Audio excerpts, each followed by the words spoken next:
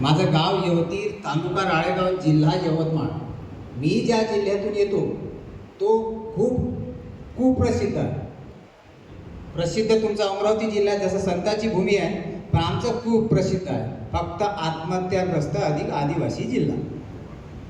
याची जर प्रचिती असेल तर आमच्या जिल्ह्याचं तुम्हाला सगळं माहीतच आहे. पण ही ओळख जर बदलायची असेल तर SRT शिवाय पर्याय नाही. याचं उदाहरण देतो, कारण 5 वर्ष झाले मी SRT करत आहे. दुसरी गोष्ट, आता इथे सगळेजण सांगतील आम्ही इतक्या दूर आलो प्रचार करायला का तुम्ही SRT करायला पाहिजे, शेतकऱ्याची गरज आहे किंवा SRT वाल्याची गरज आहे. हे अगदी चूक आहे. इथून 2 वर्षानं हे तुमच्या शेतकऱ्याची गरज आहे SRTला तुमची गरज नाही तर तुम्हाला गरज आहे ती SRTची. हे महत्त्वाचं आहे. कारण आजपर्यंत आपण काय झालं, कोणी काही सांगितलं तर ऐकतच नाही. आपण आपल्याच ह्याच्यात खूप आनंदी राहतो. आपल्याला वाटतं का माझ्यासारखा कोणी हुशार आहे ना. ही आपल्या कास्तकाराची एक प्रचिती आहे. तर मी इथे एवढं सांगेन की इथं बोलणारे भरपूर आहे. SRT का गरजेची आहे? कारण आज तुमच्या हातात काहीच नाही आहे, फक्त शेती आहे. 4 वर्ष जर तुम्ही SRT जर नाही केली ना तर तुमच्यापाशी शेती नाही राहत, एवढं छाती ठोकून सांगू शकतो. याचं कारण तुमच्यापाशी निसर्ग नाही, तुमच्यापाशी शेतीचा उत्पादन खर्च नाही, तुमच्यापाशी मजूर बिलकुल नाही ना. काम करण्याची इच्छा तर तुमचीही नाही, येणाऱ्या मजुराचीही नाही. बरोबर आहे का नाही? मग शेती कोणाच्या भरोश्यावर करणार?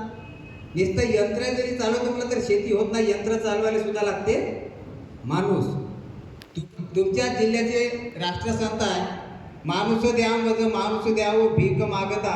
भजन त्यांनी म्हटलं, पण माणूस भेटला का त्यांना? आपल्याला भेटेल का? आपण तर काही राष्ट्रसंत आहोच नाही, कारण ते गुणही आपल्या अंगी नाही आहे. म्हणून SRT ही काळाची गरज नाही तर ही शेतकऱ्याची गरज आहे. एवढं लक्षात घे जा. SRT शिवाय पर्याय नाही. SRT कधी फायदे काय तर मी तुम्हाला इथून सांगतो. आता तुम्ही शेतकरी इथं 60% असे आहेत का जे अजूनही आपल्या कुटुंबाला घेऊन तुमच्याच जवळ चिखलदरा पण फिरायला गेले नाही, कारण तुम्हाला वेळ भेटत नाही. पारंपरिक शेतीमध्ये तुमचा एकही दिवस तुम्हाला वेळ भेटत नाही. पण 5 वर्ष झाले कुटुंब घेऊन हिंडायला जातो. 15 दिवस आपल्याला वेळ भेटतो फक्त SRT शेतीमध्ये. पण त्या प्रोटोकॉलनुसार तुम्हाला शेती करायला लागेल, नाही तर मग चाल माया मागल्यात तसं नाही जमणार. SRT शेती केली म्हणजे किती बचत होते हे सांगतो. तुमच्या घरी जर 10 एकर वावर असेल तर 10 एकराचा हिशोब तुम्ही ह्या 2 महिन्यातला सांगतो. 10 एकरात तुमचे 1.5 लाख रुपये वाचते. आणि तुमच्या पारंपरिकमध्ये 1.5 लाख रुपये आजच खर्च लागते. पहिले तुम्हाला व्हीपासना पराठ्या काढा 700 रुपये, पेटवाले आणि वेचाले द्या 700 रुपये, नागरटी करा 2000 रुपये, कल्टिवेटर मारा ढेपलं फोडाले 800 रुपये, रोटावेटर मारा 1200 रुपये, ढेपलं बारीक नाही झालं पुन्हा बारीक करायला रोटावेटर, तिफ का म्हणतात दतारी फुल्या पाडाले टोबाले बाया गेले तुम्ही लंबे. मग तिथून 15 दिवस पाणी नाही आलं, बियाणं नाही उगवलं, मजुराच्या हातचं बियाणं 100% निघत नाही. आहे बरोबर? टोकन यंत्रानं बियाणं लावा, तुम्हाला डबल बियाणं लावायची गरज पडत नाही. 600,000चं यंत्र आहे पण काम करते 50,000चं. हा जर फरक तुम्ही काढला तर तुमच्या दिवाळीपर्यंत 1.5 लाख रुपये वाचते 10 एकरात. तेच रक्कम जर तुम्ही कुटुंबाला वापरली तर कोणाच्या कामी येणार आहे? शेतकऱ्याच्याच कामी येणार आहे का नाही? दुसरी गोष्ट, आपलाच आपल्यावर विश्वास राहिला नाही सगळ्यात. कारण तुम्हाला जर म्हटलं का काम करायला जातं रोजदार सांगा, पण तुम्ही त्याच्या मागं जात नाही. तुम्ही घरून सांगता 70 ml ग्लायफोसेट मारतो, तो 100 ml मारते, दुपारी फोन करते मालक औषध सरलं. तुम्ही रायता परत वाढेले औषध कवा नाही वावरात. आपणही थोडासा वेळ शेतीला दिला पाहिजे. तिसरी गोष्ट होते, आजपर्यंत बरेच तंत्र येऊन गेले पण जमीन सुपीक होते असं एका तरी तंत्र छाती ठोकून कोणी सांगितलं का? हे तंत्र दादाचं आहे, पण छाती ठोकून मी सांगतो तुमच्या जमिनीची सुपीकता फक्त SRTनंच वाढते. बाकी कोण्याच तंत्रात एवढी ताकद नाही आहे का जे तुमची जमीन सुपीक करा. दुसरी गोष्ट, खर्च. आज एक साधं उदाहरण देतो. 15 दिवस झाले आपल्याकडं डिझेलसाठी मारामारी चालू आहे. बरोबर आहे? माझ्या घरी 28 एकर जमीन आहे. एकही दिवस ट्रॅक्टर नाही चालला तरी मी टोबायला तयार आहे, कारण माझे बेड 5 वर्षाचे तसेच आहे. डिझेलनं माझं अडून नाही. ट्रॅक्टर माझ्या घरी आहे पण तो माझ्या शेतात जात नाही. मग तुमच्या घरी ट्रॅक्टरच नाही तर त्याचं तुम्हाला काम आहे का? पण उतावीळपणा. एका दिवशी शेती झाली पाहिजे. मी लग्न इंटो बस इकडे ट्रॅक्टर वावर करते. ट्रॅक्टरची गरज आपल्याला नाही. आपल्याला वावरात ना बांगडी वाजवायची आहे ना घुंगरू वाजवायचा आहे.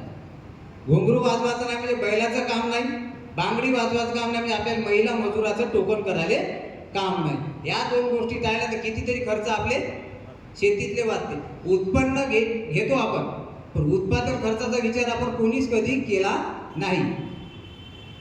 कापसाची शेती करायला 50,000 रुपये खर्च येते साहेब? अनुभवानुसार सांगा तुम्ही. बरोबर उत्पन्न होते 6 क्विंटल. यावर्षी आमच्या यवतमाळ जिल्ह्याचं सरासरी उत्पन्न 6 क्विंटल आहे पारंपरिक मध्ये. आणि कापूस गेला 7,000. 7 सकम 42. खर्च आहे 50,000. बाकीचं अलगच राहिले. आता कापूस कुठून आहे ते वेचाई 30 रुपये आहे. ऑटोचे खर्च अलग. बरोबर कुठून आला नफा? त्याच्यातल्या त्यात निसर्ग तुमच्या हातात नाही, सरकार तर नाहीच नाही. मी स्वतःला भाग्यवान समजतो का 5 वर्ष झाले मी यवतमाळ जिल्ह्यात जिकडे तिकडे एसआरटीचा प्रचार प्रसार करत आहोत, पण मला कधी कृषी अधीक्षक साहेब स्टेजवर असताना बोलायचं भाग्य आमच्या जिल्ह्यात भेटलंच नाही. प्रत्येक ठिकाणी त्याचे दाठे झिजवले पण कोणी साथ द्यायला तयार नाही. माझं भाग्य संतांच्या भूमीत आलो, राष्ट्रसंतांच्या तिथे कृषी अधीक्षक साहेब भेटले. ते माझं भाग्य की आज याच्या पुढे आपल्याला हे मांडता येते. तिसरा मुद्दा आहे ते खर्चाचा. आणि एक सगळ्यात भारी मुद्दा, जास्त नाही बोलणार, तसं बराच वेळ बोलतो पण जास्त नाही बोलणार दादा आहे. सगळ्यात महत्त्वाचा तुमचा कळीचा मुद्दा म्हणजे ग्लायफोसेटवर आपल्याला शेती करायची आहे, तणनाशकावर शेती करायची आहे. किती जणांचा विरोध आहे ग्लायफोसेटनं? आपल्याला काहीतरी होते, जमीन खराब होते म्हणून. शेतकऱ्याचा विरोध ग्लायफोसेटले नाही. खरा विरोध कोणाचा आहे? ज्याचे पोट मोठे झाले त्या लोकांचा, आपला नाही. कारण आपल्याला शेतीत काम करतात पोट लेवलमध्येच राहते शेती. आपण ग्लायफोसेट किंवा कोणतंही तणनाशक कशावर मारतो? जमिनीवर आलेल्या हिरव्या तणावर. त्याच्यासाठी पाणी कोणतं वापरतो? बोलत चला. शुद्ध पाणी वापरतो, गढूळ पाणी वापरत नाही. गढूळ पाणी वापरलं तर ग्लायफोसेटचा रिझल्ट राहत नाही. मग ग्लायफोसेटचा जर गढूळ पाणी वापरल्यावर रिझल्टच राहत नाही तर जमिनीत पाडल्यावर त्याचं काही राहील का? न्यूट्रल होतो. हा सगळ्यात मोठा गैरसमज आहे. कोणत्याही तणनाशकाले घाबरायची गरज नाही. फक्त त्याचं प्रमाण आणि वेळ ही महत्वाची आहे. तुम्ही जो रोजदार फवाऱ्यासाठी सांगता तो फक्तच्या दिवशी यायच्या फवाऱ्याला जाते, इथं तो 100 मारते ना, तुमच्या पैसे सांगते 150 ml टाका लागते. बरोबर आहे? कारण तुम्हालाच परफेक्ट माहित नाही राहत, तुम्ही वावरात जात नाही तर. आपले पांढरे दुपट्टे कुकुर आपण आता लोक झालो, मी असंच झालो, त्याच्यामुळे सांगत आहो. तर अशी कंडिशन आहे. त्याच्यामुळे प्रमाणबद्ध जर वस्तू राहिली तर कोणती शरीराला हानिकारक नाही. मीठ सुद्धा प्रमाणाच्या बाहेर घेतलं तर कॅन्सर होते. मग मीठ कसं आपण प्रमाणात घेतो तसंच ग्लायफोसेट आहे किंवा कोणतंही तणनाशक आहे. तणनाशक जर नसेल तर तुमची अर्धी जमीन तुम्हाला विकल्याशिवाय आता पर्याय नाही. खरं आहे? कारण मजुरी भेटत नाही. मजुराचा तर विषय एवढा झाला का? त्यातल्या त्यात बरेचसे यंत्र असे जसे आपल्या एसआरटीले दादानी झेबू नावाचं यंत्र आणलं. हे तुमच्या शेतामध्ये टोकन करते, फवारणी करते, बेड करते, पीक कापणी करते. अजून काय पाहिजे? जितके जास्त आपल्याला एसआरटी मध्ये 80% मजुराची बचत ही यंत्राद्वारे होती. म्हणून ही काळाची गरज नाही तर ही एसआरटी शेतकऱ्याची गरज झालेली आहे.